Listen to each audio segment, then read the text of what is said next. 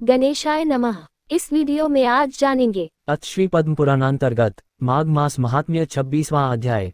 पथिक कहने लगा कि हे प्रेत, तुमने सारस के वचन किस प्रकार और क्या सुने थे, सो कृपा करके कहिए। प्रेत कहने लगा कि इस वन में कुहरा नाम की नदी पर्वत से निकली है।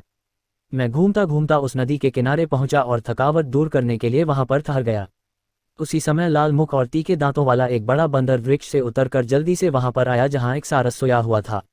उस चंचल बंदर ने कई एक पक्षियों को देखकर उस सोए हुए सारस को दृढ़ता से पैरों से पकड़ लिया और तो सब पक्षी उड़कर वहां से चले गए, परंतु सारसी भयभीत होकर विलाप करती हुई वहीं पर रुक गई।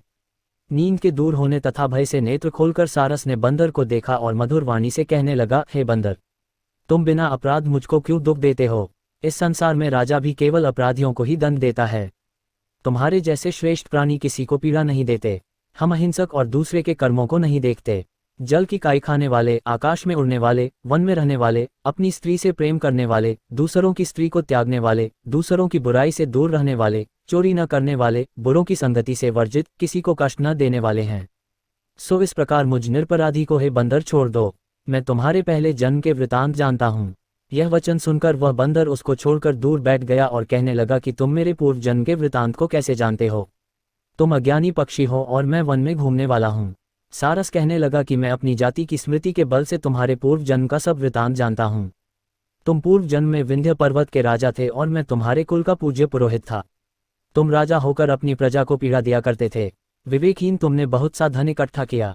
सो वानर, प्रजा की पीड़न रूपी अग्नि की ज्वाला से तुम पहले ही तप चुके हो। पहले तुम कुंभीपाक नरक में गिराए गए। तुम्हारे शरीर को नरक में 3000 वर्ष बीत गए।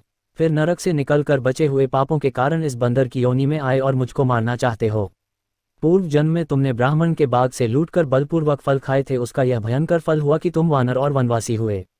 प्राणी अवश्य में अपने किए हुए कर्मों को भोगता है, इसको देवता भी नहीं हटा सकते। इस प्रकार मैं सारस का जन्म लेकर भी अज्ञान से मोहित नहीं हुआ।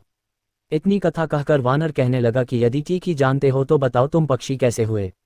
सारस कहने लगा कि मेरी दुर्गति का कारण भी सुनो। तुमने नर्मदा नदी के किनारे पर सूर्य ग्रहण के समय बहुत से ब्राह्मणों के निमित्त 100 ढेर अन्न के दान किए थे। मैंने पुरोहिताई के मद से थोड़ा सा ब्राह्मणों को दिया और बाकी सब मैं आप हर ले गया। इन ब्राह्मणों के द्रव्य का अपहरण करने के पाप से मैं पहले कालसूत्र नरक में और फिर रक्त करदूम नरक में, जहाँ पर बड़े बड़े कीड़े थे और रक्त तथा पीप से भरा हुआ नाभि तक नीचे सिर और ऊपर पैर किए हुए पीप चाटता हुआ उस दुर्गंध वाले नरक में कीड़ों आदि से काटा जाकर 3000 वर्ष तक उस यातना को भोगता रहा। मैं नरक के दुख का वर्णन नहीं कर सकता। फिर नरक की यातना से मुक्त होकर यह सारस का जन्म पाया, क्योंकि पूर्व जन्म में अपनी बहन के घर से कांसे का बर्तन चुराया था। इसको मैंने एक जुआरी को दिया, इसी से मैं सारस योनि में आया। यह मेरी स्त्री पिछले जन्म में ब्राह्मणी थी, इसने भी कांसे की चोरी की थी, इसी से यह मेरी स्त्री और सारसी हुई। यह सब मैंने तुमसे कर्मफल कहा। अब भविष्य की बात भी सुनो। अब मैं, तुम और यह मेरी स्त्री भी हंस होंगे और कामरूप देश में सुख से निवास करेंगे। फिर इसके पश्चात गौर योनि में और फिर जाकर दुर्लभ मनुष्य योनि को प्राप्त होंगे। इसमें मनुष्य पाप और पुण्य दोनों ही कर सकता है। इस प्रकार शिव की माया से यह सारा जगत मोह को प्राप्त होता है। न केवल हम ही परंतु इस संसार के सभी जीव प्रवृत्ति मार्ग में फंसकर अच्छे और बुरे कर्म करते और उनका फल भोगते हैं।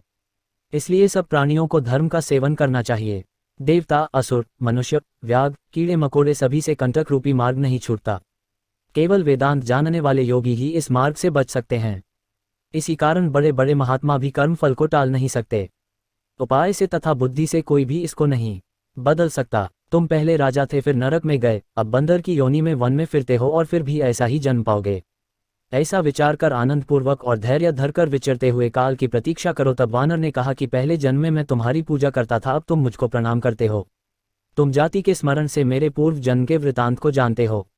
आनंद पूर्वक रहो, तुम्हारा कल्याण हो। तुम्हारे वचनों को सुनकर मैं मोहरहित होकर वन में विचरूंगा। प्रेत कहने लगा कि हे पथिक, मैंने नदी के तट पर बंदर और सारस का यह संवाद सुना, तब मुझको बोध हुआ और मोह तथा शोक का नाश हुआ।